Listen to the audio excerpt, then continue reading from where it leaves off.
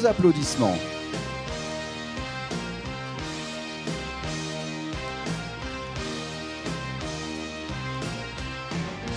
Vous pouvez y aller plus encore. Hein.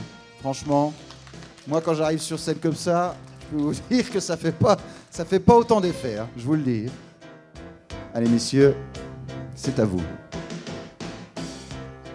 Alors bonjour à tous, c'est vrai que c'était pas tout à fait dans le programme, mais comme il y avait un petit créneau, on s'est dit que ça pourrait être pas mal, avant le concours cosplay, de réexpliquer un peu pour tout le monde ce qu'était le cosplay, pouvoir répondre à vos questions, parce que hier soir, je sais pas si vous étiez là, on a fait une table ronde, ça a très bien marché, on a eu beaucoup de questions du public et on a dû s'arrêter parce qu'on n'avait plus le temps. Donc on s'est dit, s'il y a de nouvelles questions, c'est l'occasion rêvée. Donc ce qu'on va faire aujourd'hui, c'est on va tout d'abord vous présenter, pour ceux qui ne connaîtraient pas exactement ce que c'est le cosplay. On va pas repartir dans les mêmes histoires que ce qu'on a fait hier soir, c'est-à-dire pourquoi on monte sur scène, pourquoi on fait du cosplay, concours, show cosplay, qu'est-ce qui est mieux en termes d'image, de notoriété, etc. Sauf si vraiment vous avez des questions là-dessus et que le sujet vous intéresse.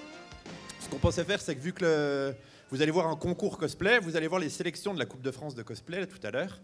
Et donc, qui dit sélection de la Coupe de France signifie que les gens ont travaillé dur sur leurs costumes. Et donc, on pensait que ça pourrait être intéressant de vous parler un petit peu de la manière dont on réalise un costume, de la démarche à suivre, de la réflexion qu'on a à partir du moment où on a l'envie de faire un concours, jusqu'à finalement la finalisation, monter sur scène, monter sa bande-son, monter sa prestation. Mais avant de commencer, je pense que ça pourrait être intéressant que nous on se présente, parce que vous demandez qui c'est ces deux mecs qui viennent nous parler de cosplay finalement. Et qui ne sont pas en cosplay en plus. Voilà, on a été les feignants. Et du coup, je te laisse commencer ta petite présentation. Alors, bon, moi je m'appelle Edes, pseudo. Je fais du cosplay depuis 2012. Et on va dire, je me suis spécialisé dans les effets spéciaux et le maquillage. Donc, en réalisation, j'ai fait notamment Davy Jones de Pirates des Caraïbes. J'ai fait un Groot. Et puis ensuite, je me suis orienté vers des costumes où c'était vraiment du make-up avec un double face, un Joker.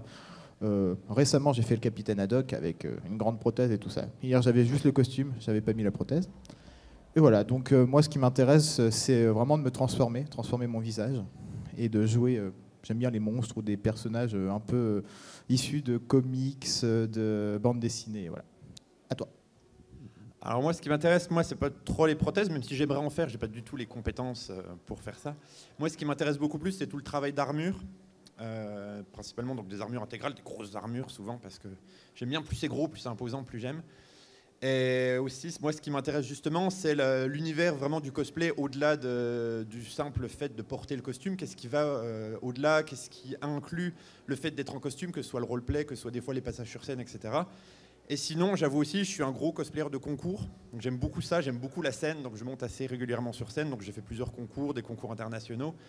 Et donc du coup, ça m'a donné un petit peu une vision globale, on va dire, de ce que sont les concours cosplay, pas seulement en France, pas seulement locaux, mais vraiment à l'international, les différences qu'on peut y trouver, et puis la manière dont les gens interprètent le cosplay, c'est pas du tout la même que ce soit en Amérique, en Asie ou en Europe. Voilà. Donc déjà, je vais m'adresser à vous, public. Est-ce que le cosplay, ce terme, c'est clair pour tout le monde ou pas? Oui, tout le monde? Ok, donc je rappelle pas de définition. Sûr? Un petit peu. Alors, cosplay, c'est un mot qui en contient deux, c'est costume, player. Costume, ça veut dire quoi? Ça veut dire soit réaliser son costume, soit acheter son costume. En fait, l'idée, c'est de prendre un personnage d'une fiction, donc ça peut être issu d'un manga, d'un jeu vidéo, d'un film, d'une bande dessinée, enfin voilà, de tout ce qui va être, on va dire, un peu issu de la pop culture. Il y a le costume. Et le play, c'est jouer le personnage. Donc en gros, ça consiste à porter un costume d'un personnage de fiction pour ensuite jouer à être ce personnage.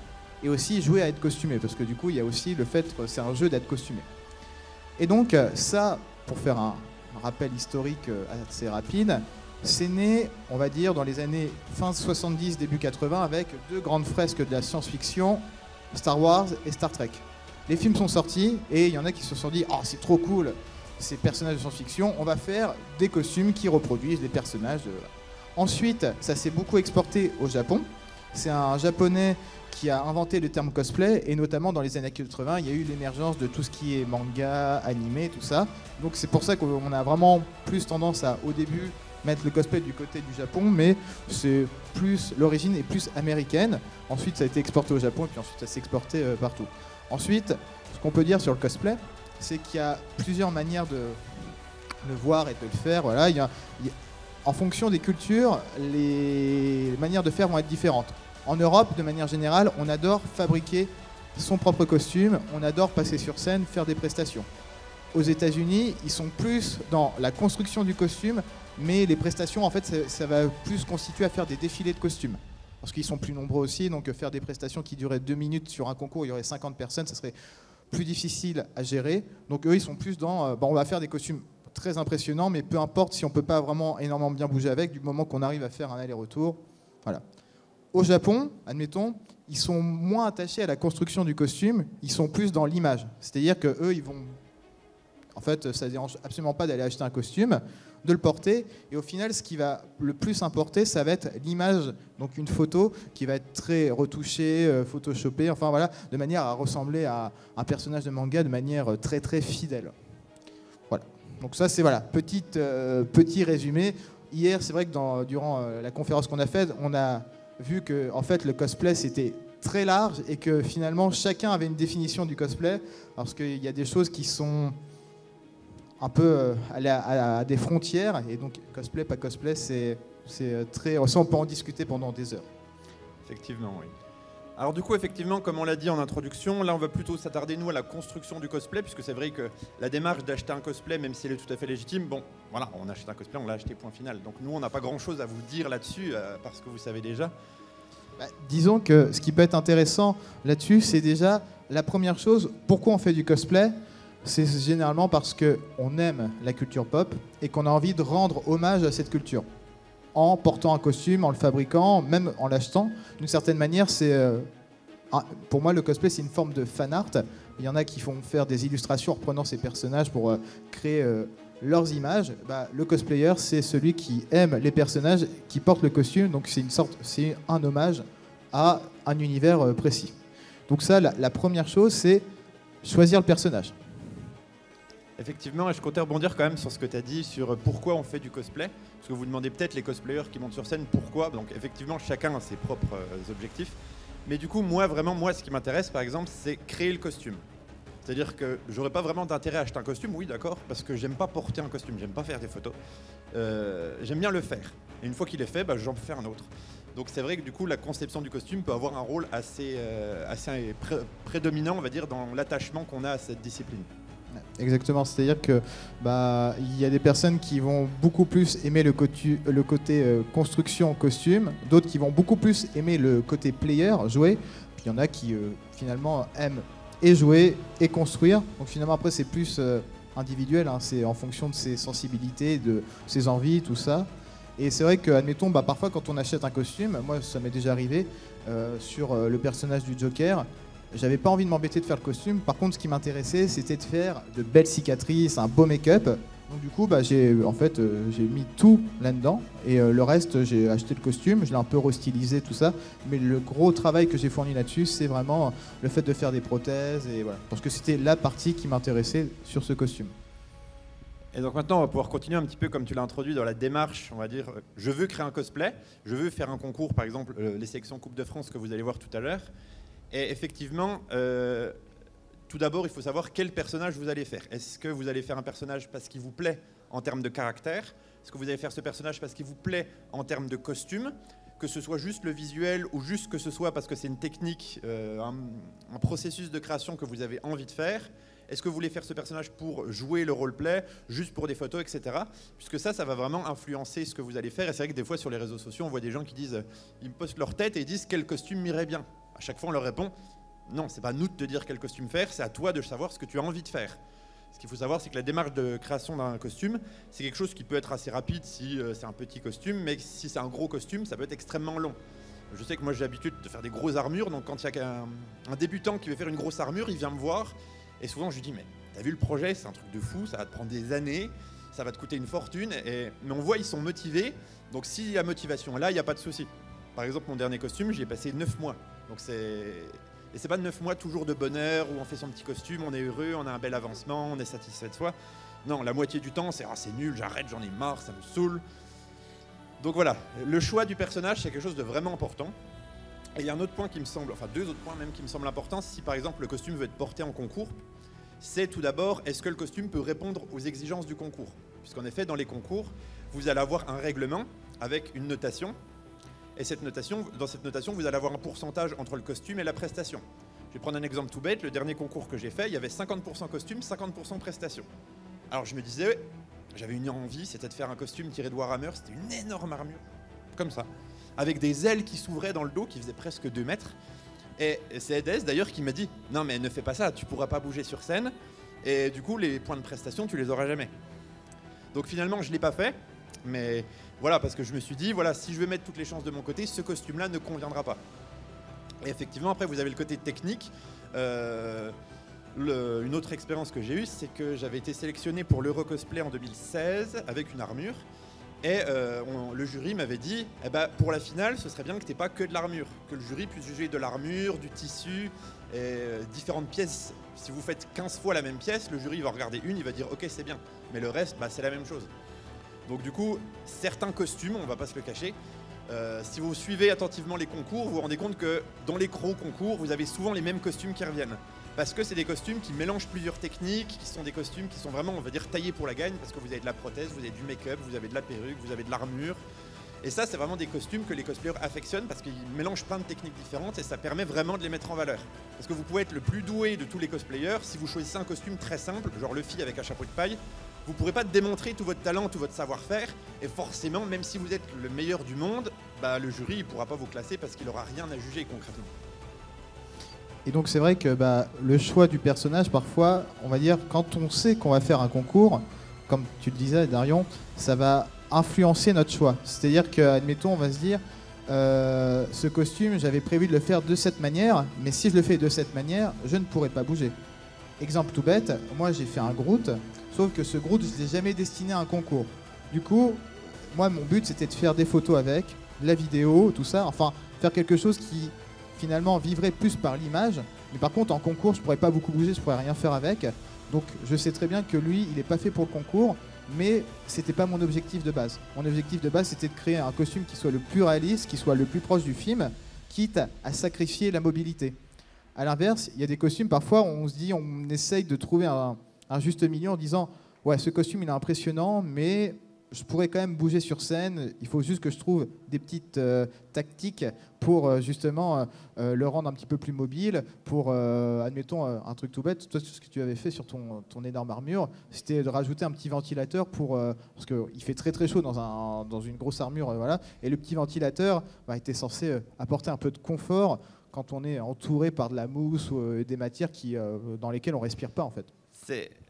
C'est vraiment parfait que tu abordes ce sujet, puisqu'effectivement, tu dis que j'avais mis un petit ventilateur dans mon casque. D'ailleurs, le casque, c'est celui qui est exposé sur le stand de Lilou Chris, vous pourrez aller le voir. Et si vous regardez attentivement, vous voyez qu'il n'a plus ce petit ventilateur, puisque justement, j'avais mis le petit ventilateur pour m'aérer un peu le visage, parce que c'est quelque chose de très imposant. Sauf que je me suis rendu compte que quand j'ai l'armure intégrale, les yeux, ils m'arrivaient là.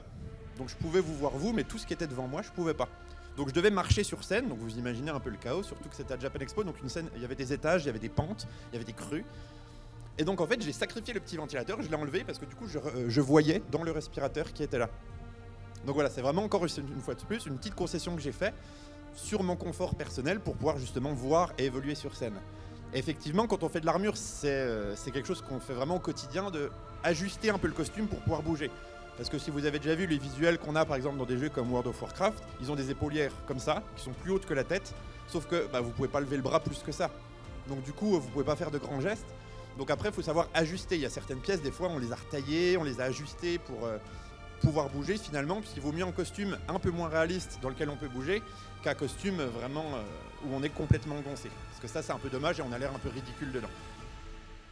Et ça, voilà, encore une fois, c'est dans le cadre d'un concours parce qu'on se dit, sur scène, il faut pouvoir bouger. Après, il existe certains concours, donc là, plus les concours type américain, où, comme je le disais tout à l'heure, finalement, la mobilité, on s'en fout un peu. Le but, c'est de faire le costume le plus badass, le plus impressionnant. Donc du coup, notamment en France, il y a la Comic-Con à Paris qui organise des sélections pour une finale qui a lieu à Chicago qui s'appelle le C2E2. Et en fait, là, le concours, Bah, c'est 95% de... En fait, c'est 100% costume, mais s'il y a une égalité ou si le jury n'est pas d'accord, il départage sur la prestance sur scène. Donc en fait, quand on va à ce concours, on sait très bien que même si on avait une superbe idée de presta, ça sert à rien. Dans l'idée, c'est surtout de faire un costume qui va envoyer du lourd, qui va vraiment montrer tout ce que vous savez faire et puis de la plus belle des manières. Et là, finalement, tout le côté un petit peu plus, même si vous bougez pas très bien, enfin, ça peut peut-être être un critère de notation, mais ça va pas être ça le critère le plus important. En revanche, quand vous avez des concours où 50% de la note est comptée sur le costume et 50% de la note est comptée sur la prestation, comme c'est le cas pour les sélections Coupe de France, ah bah là, la mobilité, elle est hyper importante parce que si vous avez une grosse armure mais qu'il arrive comme ça, ah ouais, enfin, on perd un peu la magie du personnage et là, c'est un peu dommage quand même. Effectivement, surtout pour avoir vécu plusieurs gros concours, en fait, ce qu'on se rend compte, c'est que quand vous êtes dans des concours internationaux avec un niveau très élevé, comme le CG ou l'Eurocosplay, finalement, c'est toujours la prestation qui départage. Puisque les costumes sont tous d'un niveau monstrueux. Donc si vous avez une robe qui est magnifique, qui est bourrée de broderie, vous avez une armure qui est parfaite, vous avez un personnage en prothèse qui est parfait, pour le jury, comment voulez-vous départager ça? Et dans 99% des cas, ça va être la prestation sur scène qui va départager ça. Et donc voilà, sa première étape, on en a beaucoup parlé, c'est choisir le personnage. Et une fois qu'on l'a choisi, on peut commencer à construire le costume. Et donc là, il y a 1 milliard de manières de faire, en fonction déjà du costume qu'on va faire, des méthodes qu'on va utiliser. La première chose, c'est d'analyser l'image, de la scanner, vraiment regarder chaque détail pour voir où vont être les difficultés. Justement, avant qu'on en arrive à là, je voudrais quand même juste dire un mot sur l'image de référence. Puisque c'est vrai que des fois, on tombe amoureux d'un personnage, mais on n'a genre que le devant. Donc c'est un peu dommage parce qu'on ne sait pas du tout ce qu'il y a derrière. Ou des fois, on n'a que le portrait, du coup, on n'a pas le bas. Donc ça, c'est des problèmes assez courants, et c'est vrai que des fois, j'avais envie de faire tel cosplay pour tel concours, mais je ne peux pas parce que je sais que le jury va me pénaliser parce que j'ai pas le bas et j'ai pas le dos. Donc c'est toute une recherche d'image, et c'est ce qui peut être très longue en fait, puisque des fois, on peut aller très loin. Je sais par exemple, pour citer l'exemple donc, de ma femme Lilou Chris qui a fait l'Eurocosplay de l'année dernière, elle a fait le costume de Lagertha de la série Viking. Elle a été jusqu'à demander au créateur de la série de lui envoyer des photos du costume.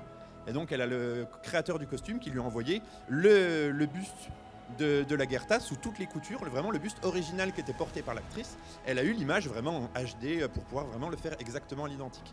Donc cette recherche d'image, c'est quelque chose d'important. Et surtout, ce qui est important, c'est d'avoir des images qui montrent la même chose. Une autre anecdote qu'on a eue, c'est qu'en fait, on avait plusieurs images, sauf qu'il y avait des images qui étaient issues du film. C'était pas pour Viking celle-ci, c'était pour Guenièvre du roi Arthur. Donc qui étaient issues du film, et d'autres images qui étaient issues d'un shooting. Donc c'était l'actrice avec le costume. Sauf qu'en fait, si vous regardez vraiment attentivement avec l'œil du cosplayer, vous vous rendez compte qu'entre le costume de l'actrice sur scène et le costume de l'actrice en shooting, il y avait 1 milliard de différences sur la manière dont c'était mis. Elle avait des accessoires en plus, etc. Et à ce moment-là, quand vous êtes cosplayer, vous dites qu'est-ce que je fais? Je fais l'un, je fais l'autre, je fais un mélange des deux, parce que sur telle partie, on voit bien le bas, sur celle-là, on le voit pas. Donc qu'est-ce que je fais? Donc c'est un dilemme, et des fois, il faut choisir. Il faut s'en fier à une image de référence. Et je sais qu'il vaut mieux des fois laisser passer certains points importants, certaines belles photos, pour se fier vraiment à celle qu'on va montrer au jury et à faire exactement cette image-là en particulier. Moi j'ai un très bon exemple à ce sujet, c'est notamment quand j'ai fait Davy Jones. Le problème de Davy Jones, c'est que dans le film, en fait, on le voit rarement, voire quasiment jamais en entier. Donc comment les jurys qui vont voir ce costume vont pouvoir le juger? Et donc en fait, ce que j'ai fait, c'est que j'ai pris une image d'une figurine qui était hyper réaliste, qui était... en fait, c'est une marque de figurines qui fait des figurines très très réalistes. Et là, par contre, il y avait tous les détails. Et du coup, j'ai basé mon costume sur la figurine pour essayer de le reproduire le plus fidèlement vis-à-vis de la figurine. Et j'ai donné des images de référence de la figurine. Et comme ça, le jury a pu comparer mon costume vis-à-vis de la figurine. Au moins, il avait l'avant, l'arrière, le dos, le profil et tous les petits détails que j'ai pu du coup mettre. Les figurines, c'est vrai que c'est souvent le bon plan. Pareil, mon dernier costume, c'est aussi issu d'une figurine. Même si c'est du Fallout 4, j'ai pas pris le visuel du jeu, j'ai pris le visuel de la figurine officielle du jeu. Donc du coup, ça permet d'avoir exactement la même image. Parce que contrairement aux images, comme je vous disais, où des fois l'acteur n'a pas toujours le même costume, mis de la même manière, la figurine, vous pouvez la prendre sous toutes les coutures, ce sera toujours exactement la même. Et de plus, comme elles sont tirées en série, vous avez peut-être un vendeur qui va faire un shooting sous toutes les coutures avec tous les détails. Et puis s'il manque des pièces, vous aurez un autre vendeur qui va vous faire des trucs. Ou même encore mieux, pour la Fallout, je connaissais quelqu'un qui possédait cette figurine et donc je lui disais tu peux me faire des photos sous les bras, au-dessus des épaules pour voir vraiment les détails qu'on n'avait pas sur sur les photos de base. Donc maintenant, une fois que vous avez bien votre image de référence, comme tu l'as dit, il faut l'analyser. Et ça va être un travail qui est assez long, qui peut vous sembler un peu compliqué, enfin un peu chiant pour dire concrètement le mot. Mais c'est quelque chose qui est très important parce que ça va être vraiment à partir de là que vous avez visualisé votre pièce. Vous allez vous dire, bah ok, il a telle pièce en avant-bras, il a telle pièce sur la poitrine, telle pièce qui est superposée à une autre pièce. Et en fait, dans votre tête, vous faites la liste des pièces différentes, de la manière dont elles sont agencées, de la manière dont elles se superposent parfois. Et ça va vous permettre ensuite de commencer le patronage. Donc là, si vous êtes sur du costume tissu, vous pouvez utiliser des patrons existants, ça, il n'y a aucun problème, il y en a beaucoup qui existent. Mais par contre, si comme moi, vous faites de l'armure, ça n'existe pas du tout. Donc les patrons, il faut les faire soi-même. Alors pour faire ces patrons, vous avez plusieurs techniques. Il y a la technique basique, si vous avez une armure qui est près du corps, où là vous vous enroulez dans du film étirable, vous recouvrez votre film étirable de scotch jaune, vous savez c'est du scotch de peintre. L'avantage de ce scotch c'est qu'il est en papier, donc vous pouvez écrire et dessiner dessus. Et une fois que vous êtes bien emballé dans votre scotch jaune, vous tracez les lignes de votre costume. Et ensuite quand vous coupez votre scotch, vous avez votre pièce patronnée. Donc des fois il faut faire des fentes pour avoir des arrondis par exemple, mais vous avez déjà les bases. Ou alors, si par exemple vous avez une armure qui n'est pas du tout près du corps, ça vous servira à rien de vous emmitoufler là-dedans, il va falloir la faire manuellement, petit à petit. Des fois je passe une soirée entière à patronner une petite pièce, parce qu'en fait on le fait en papier, on fait un petit peu comme un origami, on plie, on découpe, on remet, puis c'est trop gros alors on recolle, on scotche. Des fois j'ai 5-6 feuilles qui sont scotchées les unes sur les autres pour avoir vraiment la forme parfaite. Et ensuite une fois qu'on a la feuille de papier qui a la bonne forme, là seulement on peut passer au matériau final. Moi, pareil, quand je fais des effets spéciaux, je vais avoir d'autres problématiques. Moi, admettons, souvent dans les effets spéciaux, si on prend une prothèse, il faut que automatiquement j'ai l'empreinte, admettons, de mon visage pour que, une fois que j'aurai fait la sculpture, le moulage et le tirage, et que je mette mon masque, les yeux tombent bien en face des trous et que, parce que, en fait, voilà, le but c'est de me transformer, donc du coup, il faut aussi que je puisse voir avec. Et admettons, Groot, la difficulté pour un masque comme Groot, c'est que quand je l'enfile, les yeux de Groot étant des yeux qui ne sont pas des yeux humains, mais plus des yeux un peu humanoïdes, un peu d'extraterrestres, voilà. En fait, j'ai fait des faux yeux et du coup, je regarde à travers ces faux yeux. Et là, pareil. Donc ça, c'est une problématique. Au début, on sait très bien qu'en faisant ça, ça va être galère. Mais on y va. Et voilà. Et en fait, pareil, ce qui est bien aussi quand on analyse une image, c'est surtout aussi pour essayer d'estimer un petit peu un budget. Parce qu'il y a des fois aussi, on arrive face au fait accompli, on a des finances qui sont plus ou moins onéreuses. Et il y a des fois, il y a certains costumes, ça donnera envie. Mais on sait très bien que ça peut être compliqué. Ou alors, il va falloir trouver des astuces pour faire soit de la récup, pour utiliser, admettons, si vous voulez faire des espèces de tuyaux, ou peut-être que dans vos placards, tout ça, vous avez des formes qui sont très proches, que vous allez pouvoir récupérer. Parce qu'il y a certains costumes. Admettons, moi, souvent, quand des personnes me disent « j'aimerais bien faire des effets spéciaux », je dis « d'accord, c'est vrai que les effets spéciaux, c'est vachement cool, ça donne envie. Par contre, il faut avoir un budget. Parce que les matières coûtent cher et qu'à un moment, même avec toute la volonté du monde, il y a certaines matières, on ne pourra pas les avoir à un prix défiant toute concurrence, surtout que souvent, c'est des marques anglaises ou américaines. Donc là, on est vraiment face à... Quand vous savez qu'un kilo de silicone, ça coûte plus de 40 €, et que vous allez avoir besoin de 5 kilos, vous faites... ouais, déjà rien que ça, c'est juste de la matière brute. Et ça, c'est juste la matière, mais il faut aussi faire les moules. Donc les moules, c'est de la résine, admettons. Donc la résine, pareil, le kilo, il coûte 40 kilos. Plus, il me faut aussi de la pâte pour faire ma sculpture. Le kilo, il coûte 35 €. Tac, tac, tac. Ah oui, le chiffre, ça monte vite, en fait. Et ça, c'est juste pour réaliser. Réaliser une pièce. Une pièce, ouais. Donc effectivement, moi, je vais parler plus pour ma partie. Donc pour la partie armure, vous allez avoir, bien sûr, la mousse. Donc la mousse, c'est parfait. C'est l'ami du cosplayer, on va dire.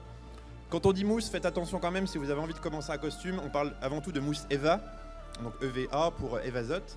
Évitez un peu tout ce qui est tapis de sol. Vous ferez l'économie peut-être de quelques euros, mais le résultat, vous n'arriverez jamais à avoir un résultat qui soit vraiment aussi bien que de la mousse EVA. Parce que c'est une mousse qui est très dense.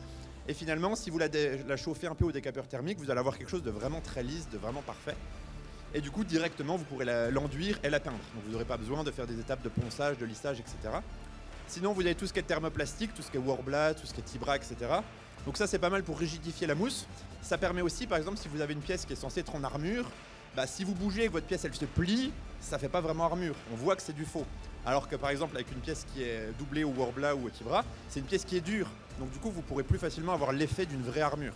mais aussi vous gagnerez beaucoup en poids, vous perdrez un peu en argent, et vous perdrez peut-être aussi un peu en temps, puisque c'est quelque chose qui est un peu plus dur à travailler que la mousse, puisque vous avez une étape supplémentaire après la mousse, puisque c'est quelque chose qui se met sur de la mousse. Ensuite, moi j'utilise beaucoup le PVC expansé, donc c'est des plaques de PVC que vous pouvez chauffer. Vous pouvez la travailler un petit peu comme de la mousse, sauf que c'est beaucoup plus rigide. Et du coup, finalement, une fois que la pièce est refroidie, elle est comme si elle avait eu du Worbla, sauf qu'en plus, elle est beaucoup plus lisse, et donc le rendu métal sera beaucoup mieux. Par contre, c'est quelque chose qui est assez fragile, donc du coup, c'est encore une fois, il y a des plus, il y a des moins. Et enfin, finalement, vous avez toutes les pièces qui sont en résine. Donc la résine, on va dire, c'est le top du top, parce que c'est quelque chose qui peut être à la fois solide, qui peut être très réaliste, vous pouvez faire ce que vous voulez avec. Et moi, j'avoue, comme c'est assez cher, je m'en sers vraiment que pour les pièces où je ne peux pas faire autrement, ou alors qui sont trop compliquées, ou alors les pièces qui sont en plusieurs exemplaires. Puisque la résine, comme vous l'a introduit Edes, c'est vous créez un moule en silicone. La résine, c'est quelque chose de liquide que vous allez verser dans votre moule ou sur quelque chose, sur une surface.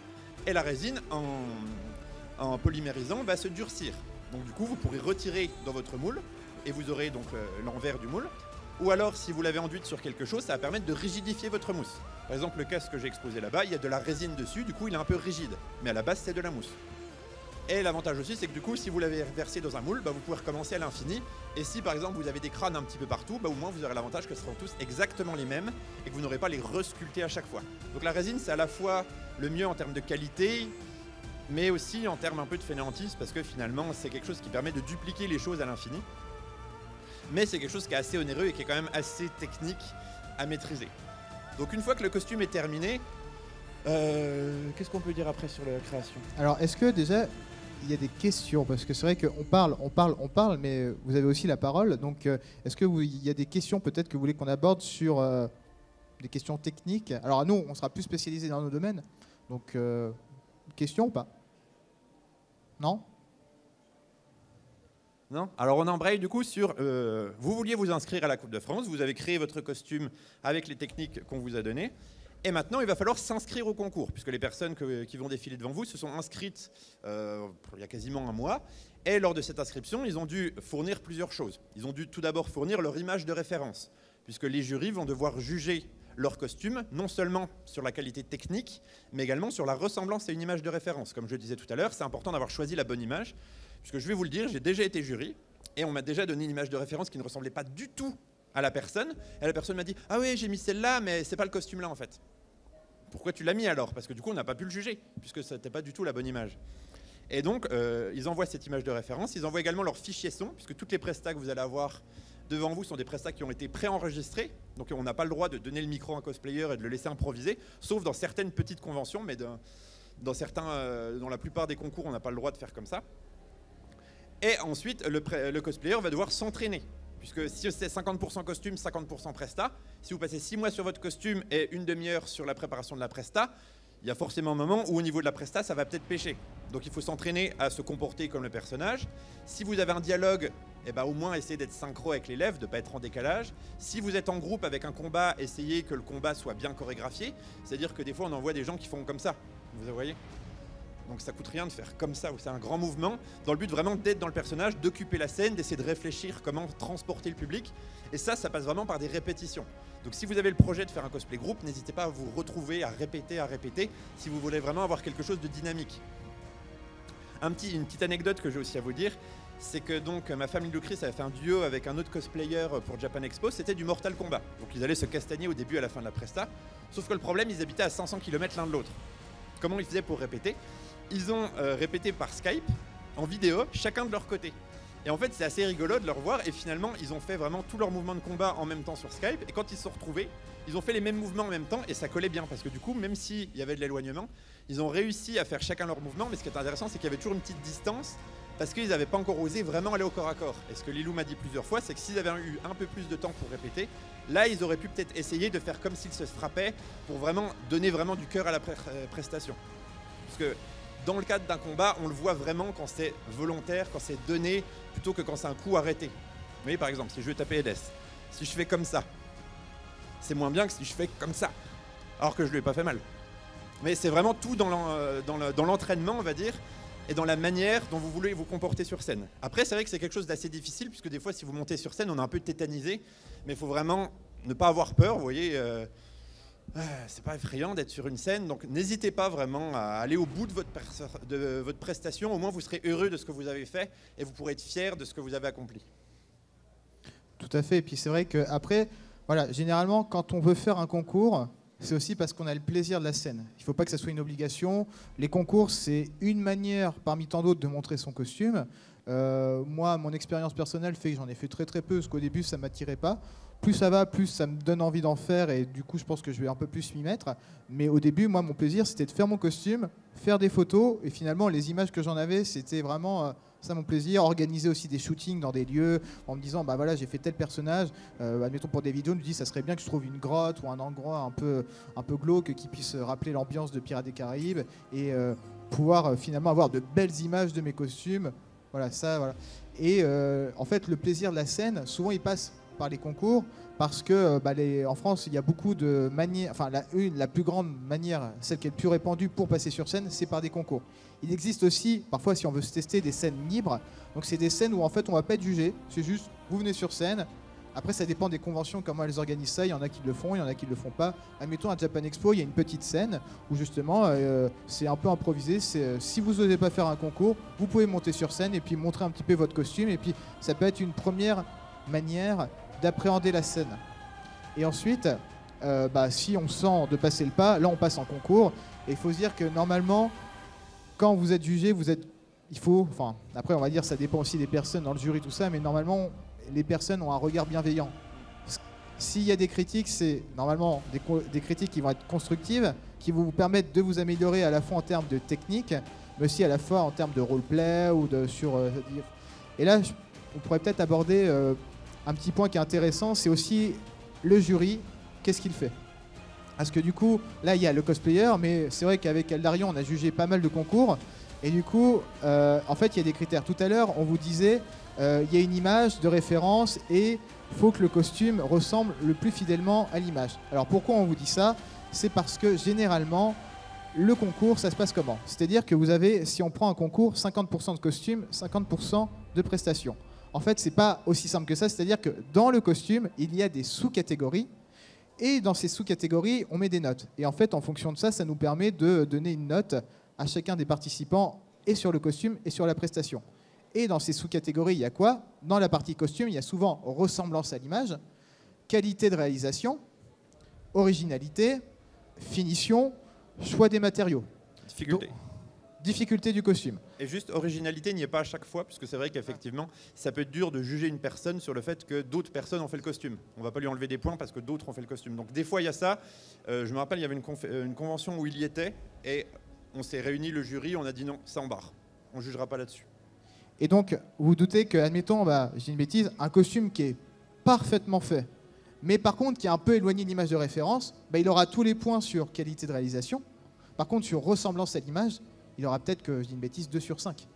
Et en fait, c'est comme ça parfois qu'on se dit, mais ce costume, il était mieux réalisé qu'un autre. Ouais, mais en fait, quand on additionne toutes les notes, après ça, je vous le fais de manière schématique, parfois ça ne marche pas que avec les notes, hein, mais c'est une manière de comprendre comment un jury fait pour juger. Eh bien, en fait, au final, il remplit plus de critères, et quand on ajoute tous les points, en fait, il a plus de points, même si visuellement, c'est peut-être un petit peu moins bien réalisé, ou parfois, tout simplement, des costumes qui sont impressionnants, mais qui ne sont pas bien réalisés. Comme on parlait des armures ou tout ça, parfois il y a des personnes qui arrivent en armure, et quand on est un peu plus éloigné, on ne voit pas toutes les finitions, on ne voit pas tous les petits détails, des choses qui manqueraient vis-à-vis de l'image.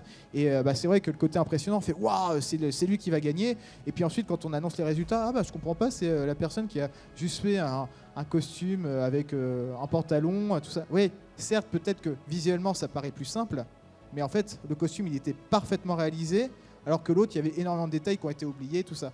Donc ça, c'est la partie costume. Ensuite, dans la partie prestation, qu'est-ce qu'on va juger? On va juger, donc là, vraiment tout le temps, l'originalité de la prestation, la mise en scène, le roleplay, c'est-à-dire la manière de jouer le personnage, d'agir sur scène. Y a quoi d'autre? L'occupation de la scène aussi. Ouais, l'occupation de la scène. Et la qualité de la bande-son. Et la qualité de la bande-son. Et encore une fois, on met tous ces points. Et au final, on regarde, voilà. Après, parfois, on met pas... Ça dépend, il y a des concours où il n'y a pas autant de sous-catégories, mais pour la Coupe de France, c'est à peu près ça, je crois. Ça. Il y a aussi un autre petit point qui est important, c'est que là, derrière, vous voyez, on a un écran. et vous verrez peut-être certains des participants auront un fichier vidéo.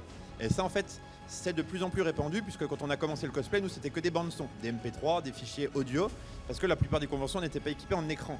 À partir du moment où maintenant il y a de plus en plus d'écrans derrière les scènes, là de plus en plus de fichiers vidéo sont autorisés. Et là donc du coup vous avez deux branches. Soit vous faites ça pas forcément correctement, et du coup la vidéo va prendre trop le dessus sur votre prestation. On en voit souvent des prestations où il y a une vidéo en arrière-plan, il y a le cosplayer devant, et tout le monde regarde que la vidéo. Et tout le monde s'en fout du cosplayer parce que la vidéo a pris le dessus. Ou également le cosplayer qui n'interagit pas forcément avec sa vidéo. Des fois on met une vidéo et le cosplayer est en train de faire complètement autre chose, et le public ne sait pas s'il doit regarder la vidéo, le cosplayer, quel est le lien entre la vidéo et le cosplayer. Donc ça c'est un peu le moyen, le point faible de ce truc, c'est que ça ajoute une difficulté supplémentaire. Si vous voulez faire un fichier vidéo, il faut d'une part que ce soit pertinent, c'est pas juste pour faire de la vidéo pour faire de la vidéo, et il faut aussi que vous le fassiez correctement. Une manière de le faire correctement, c'est d'interagir avec la vidéo. Vous avez peut-être déjà vu des vidéos où les gens ils lancent une flèche avec un arc qui vient se planter dans l'écran, ou quelque chose comme ça, où ils combattent un ennemi avec des jets de lumière et le jet de lumière se fait en même temps sur l'écran. Donc ça c'est une bonne utilisation de la vidéo, et c'est quelque chose qui peut rapporter des points si c'est fait correctement. Et donc, encore une fois, on parlait de jury et tout ça. Sachez que en fait, le jury, il a plusieurs temps lors du jugement. C'est-à-dire qu'avant que tous les candidats passent sur scène, en fait, le jury va recevoir tous les candidats pendant un temps qui est plus ou moins long. Souvent, c'est au moins 2 minutes. Parfois, ça va jusqu'à 5 minutes. Et en fait, c'est un temps d'échange où le participant va échanger sur la création de son costume. Généralement, quand on est jury, on va lui dire « Alors, qu'est-ce que tu as fait toi-même ? Parle-nous de ton costume. » Voilà. Et comme ça, en fait, on apprend. Et en fait, on a vraiment un temps d'échange où on peut vraiment comparer l'image. Parce que quand on est sur scène, même si quand on est jury, on est un peu plus près de la scène, on ne peut pas voir tous les détails. Donc, en fait, toute la partie de jugement du costume, elle se fait là. Elle est en train d'être faite en ce moment pour les participants de la Coupe de France. Et en fait, les jurys sont là en train de regarder, d'examiner les... Sous toutes les coutures, ils regardent, on retourne les Ils coutures. peuvent regarder, admettons, alors est-ce que la couture, la finition est bien faite au niveau de l'armure, est-ce que tu as bien poncé les bords pour avoir un bel arrondi Et dans certains gros concours, on peut carrément vous demander d'enlever certaines pièces. Je sais qu'à l'Eurocosplay à Londres, j'avais une armure dans le dos, ils m'ont demandé de l'enlever. C'était écrit dans le règlement, le jury peut vous demander d'enlever des pièces d'armure. Et comme ça, ils ont vu comment était fait l'armure à l'intérieur, comment elle tenait, si j'avais bien fait mes finitions aussi côté intérieur. Donc vous voyez, on regarde vraiment sous toutes les coutures le costume. On cherche la petite bête. Et donc ça, c'est un temps d'échange qui a lieu, parce que c'est vrai que ça, c'est pas nécessairement quelque chose qui est dit non plus.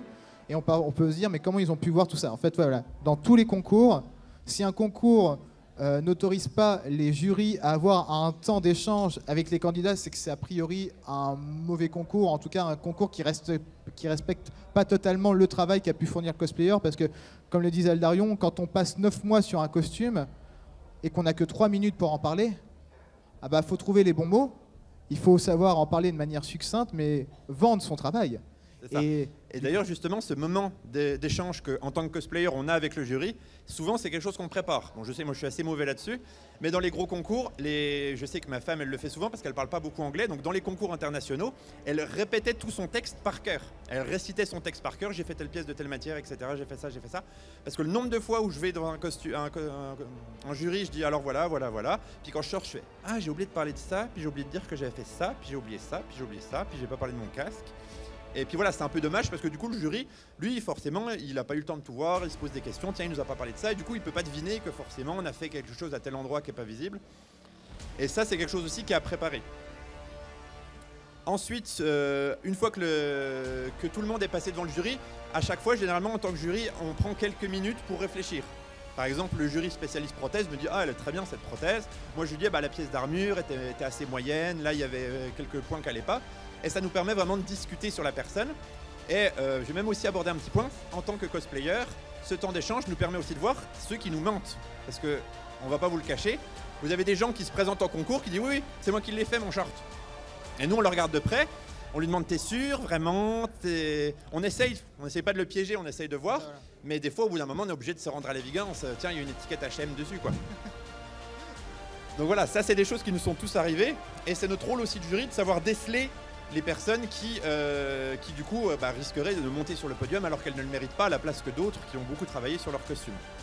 Et c'est vrai que, comme il disait, souvent en fait le temps d'échange avec autres, enfin avec les participants, mais aussi avec les autres membres du jury, c'est des temps qui sont très riches parce que tout simplement, voilà, admettons, nous on a plus des spécialités, il y a des cosplayers parfois qui sont plus polyvalents, mais ce qui est intéressant, c'est que même moi qui fais pas de couture, bah, vu que j'ai jugé une dizaine de concours, au bout d'un moment, je commence à savoir ce qui est une bonne couture et une mauvaise couture.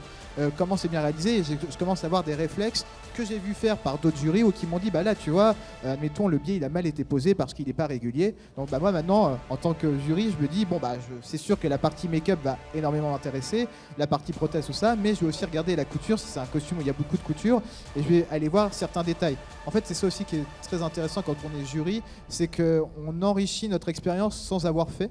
Mais voilà, ou à l'inverse, bah, Darion va me dire tiens, t'as vu la pièce d'armure, c'était intéressant. Il a fait de la mousse, ensuite il a mis de la résine par-dessus, et du coup il a bien lissé, il a bien géré la couleur, tout ça. Et il y a des fois, à l'inverse, quand on est jury, on apprend énormément aussi des participants parce qu'on se dit mais comment t'as fait ça quoi. C'est ça. Et effectivement, du coup, nous en tant que jury, comme tu l'as dit, on apprend beaucoup de choses. Et c'est important quand même qu'il y ait des cosplayers dans le jury, puisque des fois, il y en a qui disent ah bah, pourquoi c'est pas au public de voter. Parce que justement, le cosplayer qui est déjà un peu expérimenté peut dire telle technique est assez difficile à faire, et telle technique, bah, du coup, en temps normal, donne ce résultat-là, mais toi, tu as réussi à le faire de tel résultat, donc c'est vraiment quelque chose que tu as bien accompli, et donc ça mérite tant de points. Donc c'est vraiment ça qu'on arrive à voir, c'est qu'on peut juger, un peu hiérarchiser, on va dire, les différentes compétences que le cosplayer a pu mettre en œuvre. Ce qui nous permet ensuite de faire un classement provisoire. Donc bon, généralement, on le fait pas trop, on met juste les notes, et ensuite on file regarder les prestations, si tu veux. Et puis c'est vrai qu'il y a des échanges où parfois aussi on n'est pas du tout d'accord. Parce qu'il y a tel membre du jury qui va dire ah ce costume là il était parfaitement réalisé, alors que l'autre va dire celui-là. Ouais, voilà. Voilà, non je suis pas d'accord, moi je trouve que lui il a mis plus en avant différentes techniques, donc je trouve qu'il faudrait plus lui celui-là était vraiment parfait à l'opposition, voilà. Il était un peu plus simple mais il était parfait. C'est ça, voilà, donc après parfois bah, les jurys, bon, généralement il y a plutôt une bonne entente, mais il y a des fois il y a des combats un peu houleux. Voilà. Parce qu'on a nos candidats et que bah, il y a des fois on se dit non je trouve que celui-là est plus méritant et... Donc ça c'est quelque chose qui est assez dur, c'est l'éternel débat. Si vous avez une énorme armure qui est très bien faite mais qui a des défauts, et si vous avez un costume très simple mais qui est parfait, lequel vous choisissez? Est-ce que vous mettez un quota de difficulté, vous dites celui-là est beaucoup plus difficile, il y a eu des difficultés, il les a surmontées, c'est bien quand même, ou bien celui-là il est simple mais il est parfait, et souvent c'est le débat. Lequel on préfère, et c'est un débat qui n'est jamais résolu en fait. Voilà, et donc ça, une fois que c'est fait, ensuite les candidats passent sur scène. Et donc là, il y a le deuxième temps de réflexion qui est celui, bah, on va voir ce que vous allez faire sur scène. Et donc là, on va regarder, bah, comme on le disait, vis-à-vis, là, pour le coup, les critères sont vraiment aussi importants parce que c'est des choses qu'on analyse tout le temps, c'est la manière de se déplacer d'une personne. Est-ce qu'elle est bien dans son personnage? Est-ce qu'on a l'impression de voir le personnage sur scène ou est-ce qu'elle n'est pas trop dedans? Parfois, on voit beaucoup de prestations qui sont dansées, mais les personnes, elles vont danser tout doucement au lieu de se mettre à fond dedans. Donc il y a des fois, on dit, bah, allez, vas-y, un petit peu, enfin, n'aie pas peur, de toute façon... Voilà, le but, c'est de se faire plaisir aussi, la scène. Il y a aussi un point qui est important, c'est la manière dont on a construit sa prestation. C'est-à-dire, une prestation scénique, ça n'échappe pas à toutes les règles de l'art.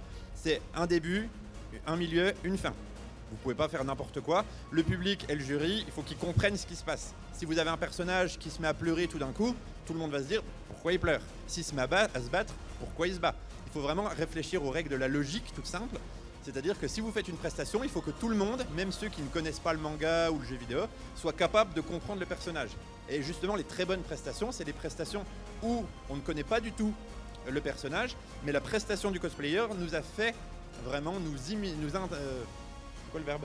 Nous intéresser Non, nous intégrer, on va dire, à l'univers finalement du personnage. Et c'est ça vraiment la prouesse du cosplayer, c'est de réussir à intéresser quelqu'un qui finalement n'y connaissait rien du tout et lui faire comprendre vraiment le personnage, ses enjeux, pourquoi il fait ça, pourquoi il est comme ça, pourquoi il est méchant, pourquoi il se bat, pourquoi il est déchiré dans son cœur, etc. Et c'est vraiment ça le but d'une prestation, on va dire. C'est vraiment d'apporter un message, d'apporter un peu l'environnement, que ce soit par un dialogue, que ce soit par un combat, que ce soit par une présentation. Ah oui, je voulais aussi revenir sur les décors, parce que vous allez voir, il y en a certains qui ont des décors. Effectivement, il y a une petite règle, on va dire, qui est pas du tout logique, qui dit que plus le concours est gros, plus on met des décors. Effectivement, si vous avez déjà été dans les gros concours comme à Japan Expo, c'est assez amusant qu'avant chaque costume, vous avez le petit paravent qui arrive avec un petit décor, etc. Et c'est vrai que souvent, les gens sont obligés de faire un décor, mais il faut savoir que les gens, si vous avez fait un décor, c'est que vous comptez l'utiliser. C'est qu'il a un rôle, il joue quelque chose il joue un rôle important dans votre histoire, vous allez en faire quelque chose. Et c'est ça aussi qui est intéressant et qui peut être jugé par le jury, c'est que si vous amenez le paravent qui est juste un décor et que vous dansez devant, bah, le jury va vous dire pourquoi tu t'es embêté à faire un décor, quoi. Il faut vraiment interagir avec ce décor et c'est ça aussi que le jury va voir. Des fois, vous avez des décors qui sont brisés par le cosplayer sur scène, des décors qui s'allument, des décors qui bougent, et ça, vraiment, ça peut être valorisé par le jury, même si ces décors ne sont pas vus en pré-judging. Donc ça apporte aussi un petit côté intéressant, c'est que dans les gros concours, on a aussi ce qu'on appelle des quick change, c'est-à-dire que le personnage arrive dans une tenue A, et tout d'un coup, il arrive en tenue B. Donc ça, c'est assez prisé, puisque c'est quelque chose qui plaît toujours au public quand il y a un changement de costume comme ça sur scène. Et face à ça, au niveau du jury, il y a 2 points. Soit le cosplayer monte les 2 costumes, mais il prend le risque de spoiler sa prestation, parce que le jury voit bien qu'il y a 2 costumes. Ou alors la petite astuce, c'est vous en montrer qu'un, et comme ça, quand vous arrivez sur scène, clac. Et là, tout le monde est un peu bouche bée, parce que même le jury n'avait pas forcément décelé que vous aviez un 2e costume. Voilà, impressionner le jury, c'est toujours bien. Après, il faut se méfier aussi de la facilité. C'est pas parce que certains gros cosplayers ont remporté des concours en faisant un quick change que tous les quick change sont bons à faire. Par exemple, si vous passez 5 minutes derrière un paravent à essayer d'enlever votre robe, ça va pas faire de votre prestation une bonne prestation. Parce que le public, qu'est-ce qu'il va voir? Il va voir pendant 5 minutes un paravent avec personne derrière. Donc voilà un petit peu les différents types de prestations que vous pouvez avoir. Donc vous pouvez avoir autant des prestations comiques que des prestations épiques. Donc là, il n'y a aucune limite qui est imposée. C'est vraiment, vous faites ce que vous voulez. Vous pouvez ridiculiser votre personnage sur scène. Si c'est bien fait, ce sera très bien noté. Et l'objectif, c'est vraiment de faire la prestation qui transporte le plus le public et le jury. Et c'est vrai que quand on est sur scène, il n'y a rien de plus valorisant et notamment de plus touchant quand on sait que on descend sur scène, on se dit on a fait le job et qu'il y a des personnes qui en fait soit ne connaissaient pas l'univers ou viennent nous voir après la scène en disant votre prestation ça m'a ému, ça m'a transporté. Ça on va dire au-delà du concours, c'est une des plus belles récompenses qu'on a. Nous c'est vrai que très récemment on a fait une prestation qui a plu à vraiment beaucoup de personnes et on a eu tellement de retours positifs que même si on n'a pas gagné le concours, on s'en foutait complètement parce que tous les mots et tous les retours du public c'était la plus belle des victoires, quoi. C'est ça aussi, parfois il faut un petit peu dédramatiser le concours. C'est pas parce qu'on gagne, en fait c'est pas une victoire, il y a la victoire du concours mais il y a aussi des victoires personnelles. Déjà le fait de monter sur scène c'est une première victoire si on a peur de ça, et parfois de toucher les gens et tout ça, même si on n'a pas gagné le concours, c'est d'autres victoires. Et c'est ça aussi, c'est aussi un peu dédramatisé, parce que concours, c'est le gros mot, concours, compétition, côté obscur, enfin tout ça. Voilà. Et d'ailleurs, j'en profite qu'on soit là pour vous dire vraiment les personnes qui vont monter sur scène après vous, la plupart sont très stressées. Et donc, du coup, je compte sur vous pour être vraiment le meilleur public et les encourager, les applaudir. N'hésitez pas vraiment à vous donner à fond pour eux. Et puis surtout, il y a quelque chose qui est important, c'est que si vous voyez que le cosplayer il foire complètement sa prestation, eh ben, il faut quand même l'encourager parce que dites-vous que c'est quand même une personne qui voit des fois les efforts de plusieurs mois tomber à néant. Donc du coup, c'est bien aussi, c'est à nous notre rôle de public et aussi de jury de vraiment passer outre et de continuer à encourager la personne pour pas qu'elle s'effondre complètement sur scène, quoi. Sachant qu'il faut aussi savoir quelque chose, c'est que les personnes qui passent sur scène répètent, mais elles ne répètent jamais sur la scène. Donc il y a des choses qu'on répète, mais on ne peut pas tout reproduire à l'identique. On ne peut pas reproduire les projecteurs, la longueur de la scène, tout ça. Alors parfois on peut se dire, je vais aller dans un endroit, je sais que la scène fera tant de mètres, tout ça. Il n'y a que lors de gros concours, lors des finales internationales, que là, les finalistes ont la possibilité de répéter sur la scène qui sera donc, la scène sur laquelle ils vont pouvoir faire leurs prestations. Mais là, les candidats que vous allez voir, peut-être que certains sont déjà passés sur cette scène, mais en tout cas, ça sera la première fois souvent qu'ils feront cette prestation sur cette scène. Et donc, finalement, en fait, parfois, il y aurait eu une répétition, peut-être que la personne n'aurait pas raté. Et à l'inverse, il y a des fois, ça se passe très bien, et tant mieux, quoi. Et puis, à la fois, on répète. Lors des répétitions, tout fonctionnait, et puis le jour J, là, c'est les aléas du direct, on va dire. C'est ça. Et il y a aussi, effectivement, comme tu l'as dit, un problème de dimension, puisque quand on fait du cosplay, on répète dans son salon, entre le canapé et la télé, et donc on a 2 mètres carrés. Donc du coup, faire sa prestation dans 2 mètres carrés, ça va. Et quand vous arrivez sur une scène comme la grande scène qu'on avait à Japan Expo cette année, qui faisait 46 mètres de large, quand vous dites, tiens, je rentre par là, je sors par là, et il ne faut pas 3 secondes pour sortir. Il faut courir pendant 10 secondes pour traverser. Donc effectivement, quand vous arrivez là, ça peut vraiment être stressant. Et c'est vrai que monter sur scène, pour certains, c'est quelque chose qui est assez dur. Et donc, c'est aussi notre rôle en tant que public, en tant que jury, de les rassurer, de leur dire c'est pas grave, c'est rien, ça va bien se passer, etc. Puis même si ça se passe pas bien, personne n'en tiendra rigueur, au contraire, on va t'encourager encore plus. Et du coup, donc suite à ça, vous avez le final, les délibérations, puisque cette fois-ci, le jury va avoir les notes costumes, les notes prestations. Là, des fois, ça peut complètement inverser le classement. Des fois, vous aviez un très beau costume qui a fait une presta qui était vraiment incompréhensible, qui était vraiment pas terrible. Et donc du coup, cette personne qui aurait pu être classée, finalement, elle se retrouve déclassée. Et c'est là qu'on voit vraiment l'importance des critères, parce que si par exemple c'était 80% costume, 20% prestation, cette personne-là serait restée sur le podium. C'est vraiment au jury de faire en fonction des critères. Et là, pour la Coupe de France, vous allez avoir une personne représentante de la Coupe de France de cosplay qui va être assis avec le jury. Donc lui, il ne va pas participer aux délibérations, il ne va pas dire celui-là est meilleur que les autres, puisqu'il n'est pas jury, mais il va être là vraiment pour veiller à ce que tout se passe correctement, à ce que les jurys veillent à ce que ce soit 50-50, à ce que le jury fasse un choix qui est purement objectif et qui ne choisisse pas son copain. Donc voilà, vous avez une personne responsable de la Coupe de France qui sera présente ici aux côtés du jury.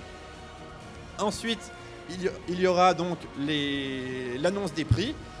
Généralement, on a le représentant et on a son dauphin. Donc là, c'est pour les sélections Coupe de France. Le dauphin, c'est au cas où il arrive quelque chose au représentant. Donc à chaque fois, on a la petite blague, ah bah tiens, il va te faire un croche-pied, etc. Mais c'est quand même toujours utile, puisqu'à chaque fois, chaque année, on a toujours quelques-uns qui annulent, que ce soit pour raison de santé, que ce soit parce qu'ils n'arrivent pas à finir leur costume, que ce soit parce qu'ils n'arrivent pas à surmonter la pression de se dire « Tiens, je suis en finale de la Coupe de France », donc du coup, il y en a certains qui abandonnent ou qui n'ont plus envie de le faire finalement. Et donc c'est pour ça qu'on a toujours le représentant et son dauphin. Et ensuite, bah, c'est comme ça que se terminent les concours cosplay. Généralement, en tant que cosplayer, on se dit plus jamais. Voilà, ça fait 9 mois que je suis sur mon costume, j'en ai marre. Et dès le lendemain, on en recommence à nouveau et c'est le cycle éternel.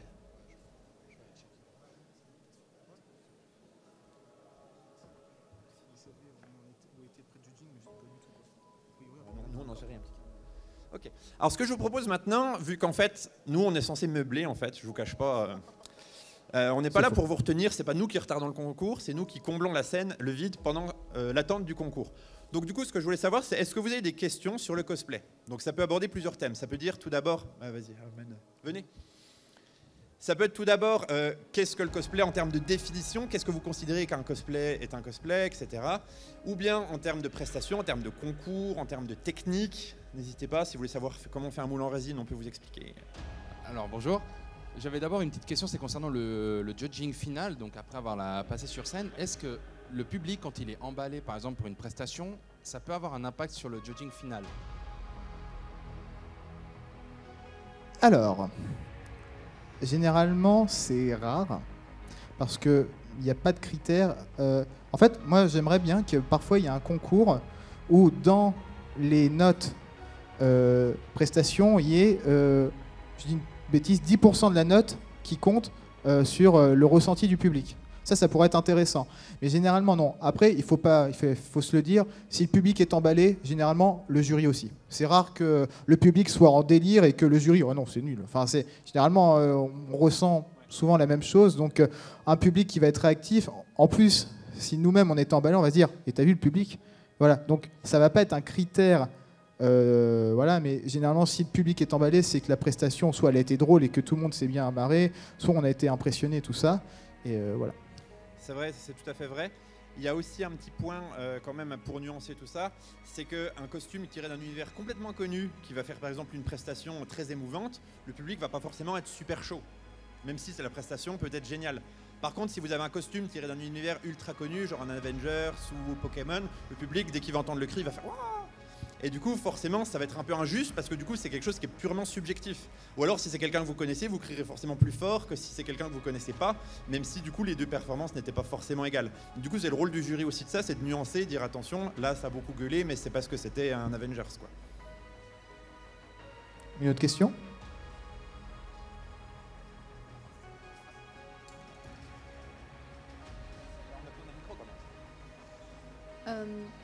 Je voulais savoir, par rapport aux prestations en duo, comment est-ce que les notes sont données par les jurys? Ça se cumule par rapport au costume ou comment ça se passe? Alors, pour les duos, en fait, il va y avoir 1 ou 2 critères en plus. Dans la partie costume, il y a tous les critères que je vous ai énoncés tout à l'heure, mais en plus, il va y avoir aussi souvent l'homogénéité des costumes. C'est-à-dire que s'il y a un costume qui est magnifique, mais par contre, le partenaire, il a mis 2 jours pour faire son costume et que voilà, ça va desservir le groupe. C'est un peu une moyenne, on va dire. Voilà, c'est un peu une moyenne. C'est-à-dire que, voilà. Par contre, si les 2 costumes sont très homogènes, on se dit, c'est bien, ils ont été intelligents, ils ont utilisé les forces de chacun. Lui, il s'est mis sur l'armure, lui, il a fait les prothèses. Enfin, on sent qu'il y a une homogénéité. Là, c'est le top. Après, il y a parfois où on se dit, la qualité est au même niveau, c'est un petit peu plus bas, tout ça, mais au moins, voilà. Sur La partie prestation, c'est un petit peu la même chose. Si les deux personnes sont à fond dans leur personnage, bah, ça va très très bien fonctionner.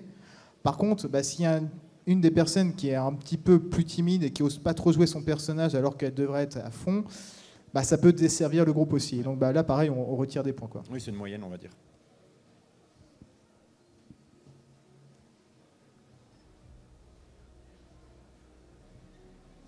Mais c'était pour savoir, parce que si le pantalon, enfin si un monsieur a un pantalon ou une fille une robe, et si ça craque ou si ça casse, il fait comment? Alors le conseil que je peux vous donner, si vous cassez une pièce sur scène, c'est vous faites comme si de rien n'était. Voilà. Ou alors le mieux, c'est vous en jouer. Voilà, il ne faut pas surtout se laisser démonter, voilà, ça arrive, tout le monde l'a vu, ça sert à rien du coup de constater que vous l'avez vu, c'est allez on continue, on est à fond dedans, on est sur scène, on est 1 minute et demie, on fonce. Il y a même des fois où ça peut paraître, enfin en fait on peut croire que ça n'est pas un accident et que mais c'était fait exprès ou pas. Enfin, je sais qu'il y a déjà eu des fois où, admettons, il y a une pièce d'armure qui tombe, mais vu que la personne est en train de combattre, bah, on se dit ça peut peut-être être crédible. Après, il y a des fois où on se dit non, c'est pas crédible. Et là, quand on est jury, malheureusement, on enlève quelques points.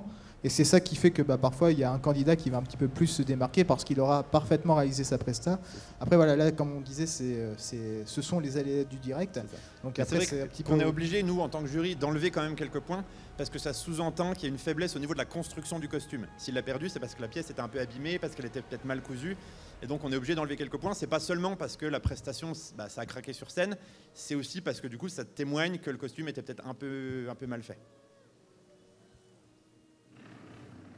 Est-ce qu'il y a d'autres questions? Tu veux?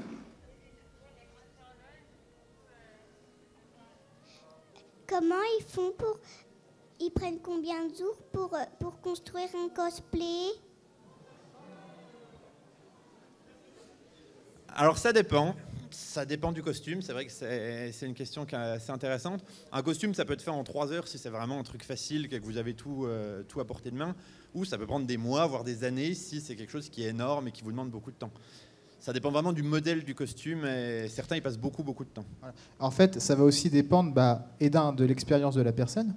Parce qu'une personne qui débute et qui veut faire une énorme armure, parfois on va lui dire... C'est bien d'avoir des ambitions, mais il faut faire les choses en son temps et commencer par un plus petit projet. À l'inverse, moi, quand il y a des personnes qui me disent je veux faire un masque entier, je dis attends, commence déjà par faire une petite prothèse, parce que tu vas comprendre comment ça fonctionne. Et une fois que tu sauras le faire en petit, en grand, c'est le même principe, mais tu sauras mieux gérer que de commencer directement par un énorme masque et tout ça.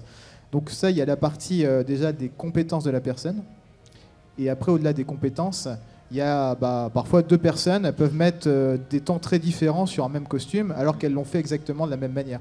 Ça dépend aussi de encore une fois des compétences de la personne et tout ça. Ça dépend des compétences et ça dépend aussi du degré de finition que vous souhaitez obtenir. C'est-à-dire que certains font des costumes très vite, mais quand on les regarde de près, on voit que les finitions ne sont pas tip-top.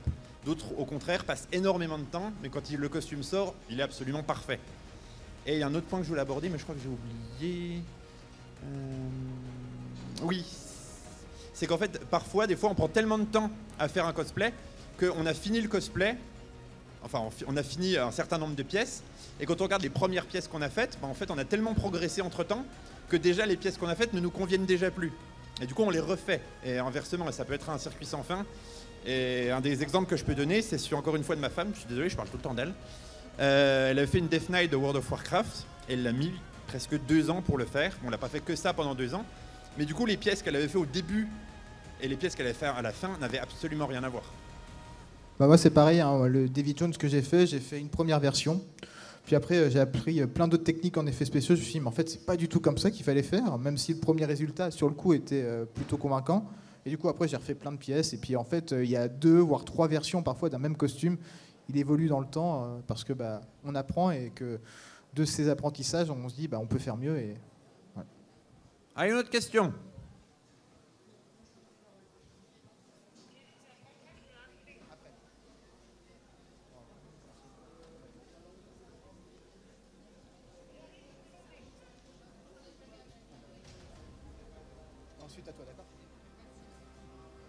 J'ai une petite question.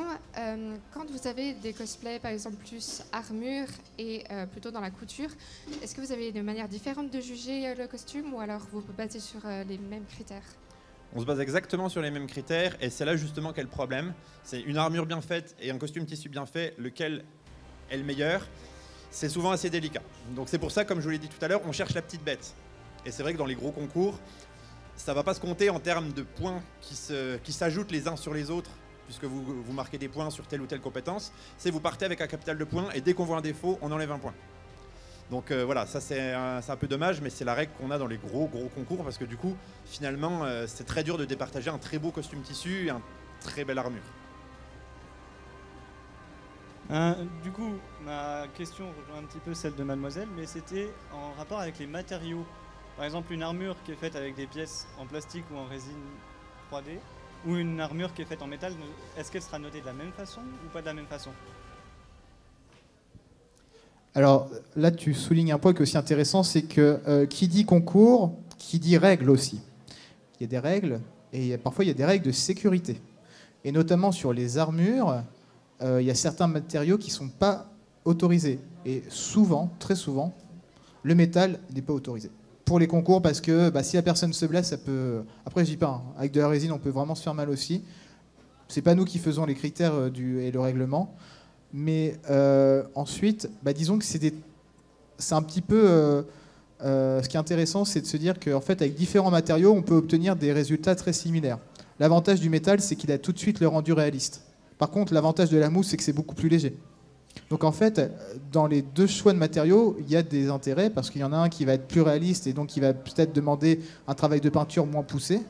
Par contre, bouger avec une armure en métal, ça sera beaucoup plus compliqué. Et à l'inverse, la mousse, on va se dire, la mousse, c'est quelque chose qui est légèrement granuleux, donc il faut la poncer, il faut lui mettre de l'enduit, il faut bien la peindre. Donc pour obtenir un effet très réaliste, c'est plus compliqué, donc ça rajoute du travail. Après, effectivement, pour répondre à ta question de savoir si on les note de la même manière, normalement, oui. C'est-à-dire on note le résultat. C'est-à-dire que des fois, je sais qu'on a certains cosplayers, quand ils n'ont pas gagné, qui disent « Ah ouais, mais je l'ai recommencé 3 fois, ça m'a pris énormément de temps, énormément d'argent. » On a envie de lui dire « Mais non, nous on s'en fout. Nous, ce qu'on juge, c'est ça, la pièce telle qu'elle est devant nous. Et donc, si elle est bien faite, qu'elle soit en métal, en résine, en mousse, etc., nous on juge le résultat final. Après, on ajoute quand même un critère de difficulté. S'il l'a fait en résine, ça sous-entend qu'il a fait un moule, qu'il a fait une sculpture. Donc du coup, forcément, on va essayer de dire, tiens, il y a plus de travail fourni si c'est juste un demi-cylindre de mousse. Et donc pour rebondir sur ce que tu disais tout à l'heure, parfois aussi de voir quelle technique est utilisée, ça nous permet aussi de déceler le vrai du faux. Parce que comme on le disait, parfois il y a des personnes qui ne nous disent pas la vérité, qui font croire qu'elles ont fait le costume ou qu'elles ont fait cette partie-là. Sauf que nous on a des doutes, et là c'est là où, notamment quand on est assez expert dans une technique ou tout ça, on va commencer à poser des questions techniques. Si la personne répond de manière cohérente en se disant admettons, elle m'a dit j'ai fait une prothèse, alors pour faire la prothèse, j'ai mis mon latex directement sur ma sculpture, je vais faire ouais, c'est bizarre parce que le rendu, pour moi, tu l'as fait dans un moule, donc c'est certainement du HT. Et à l'inverse, par contre, c'est bien non, mais j'ai fait une sculpture, j'ai fait un moule en plâtre parce que avec le plâtre, il y a que, si je voulais faire du latex, il fallait forcément que j'utilise du plâtre. Enfin, voilà. Donc ça, parfois, on pose des questions pour aussi déceler, la qualité technique de réalisation, mais aussi voir les compétences du cosplayer. Et puis il y a des fois, au contraire, on apprend aussi des choses. Mais comment tu as fait ça, quoi? Et j'en profite parce que tu as dit un petit mot en fait qui a éveillé ma curiosité. Tu as parlé de 3D. Et effectivement, on a toujours ce dilemme en tant que jury cosplayer. Une pièce qui était faite à l'imprimante 3D, est-ce qu'on peut la juger de la même manière qu'une pièce qui était entièrement fait main? Alors là, c'est encore un débat. Vous aurez des pour, vous aurez des contre. Mais c'est quelque chose qui est assez difficile à juger parce qu'il y en a qui disent oui, j'ai fait moi-même le modèle 3D. Mais est-ce qu'on a la preuve que cette personne a fait le modèle? On n'en sait rien. C'est peut-être juste un modèle qu'il a téléchargé.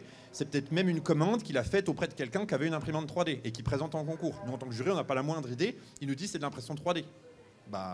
On va pas lui demander le mode d'emploi de sa machine pour être sûr que c'est vraiment lui qui l'a fait. Et donc, pour certains concours, il arrive, et notamment plus on approche des finales ou des concours un peu élevés, qu'on demande aux cosplayers de fournir des WIP. Donc WIP, c'est Work in Progress. c'est en gros de dire, bah voilà, on veut une preuve que vous avez fait vous-même le costume, donc montrez-nous des photos de la construction du costume. Donc admettons, bah, si on fait un costume tissu, on va montrer les patrons, on peut montrer les débuts de couture, l'assemblage des pièces. Admettons, moi, si je fais une pièce, une prothèse, je vais montrer la sculpture, je peux montrer une photo du moule, une photo de moi en train de faire le tirage de la prothèse. Ce sont des preuves, entre guillemets, que souvent les organisateurs demandent pour être sûr que la personne a bien réalisé son costume. Et du coup, combler, c'est parce que ça, c'est jamais agréable, parce qu'on se dit, bon, au final, on n'est pas là pour démonter la personne. Nous, on est là on est jury, donc on est là pour apporter, entre guillemets, notre savoir à la personne. Et du coup, si elle ne nous dit pas la vérité, même elle ne va pas apprendre, en fait.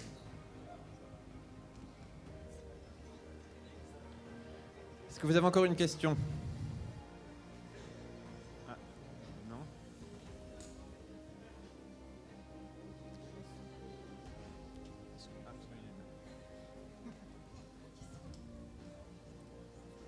Voilà, j'aurais encore une question, mais c'est plus personnel, donc je pense que ça va intéresser que moi. Mais je voulais savoir, pour par exemple les inscriptions à l'ECG, un concours en groupe, on est de 2 nationalités, française et suisse. Est-ce qu'on peut s'inscrire à des concours internationaux comme ça pour représenter un pays au choix ou pas? Je ne crois pas. Double nationalité ou pas? Ah non, je pense pas. Parce qu'en fait, souvent les concours internationaux, bah, c'est comme une Coupe du Monde. Hein. Les joueurs de l'équipe de France de football, ils doivent être tous français. Donc là, c'est à peu près les mêmes règles. C'est-à-dire que, par contre, ça ne t'interdit pas de participer à des concours. C'est juste pour les concours internationaux où tu dois représenter ton pays. Mais par contre, il existe énormément de concours libres où là, on s'en fout. Ouais. Mais c'est souvent dans le cas d'une sélection parce que bah, du coup, au-delà du côté je représente mon travail, c'est aussi le petit honneur, entre guillemets, de représenter son pays à un concours international. Et voilà. Est-ce que vous avez d'autres questions avant qu'on clôture ça?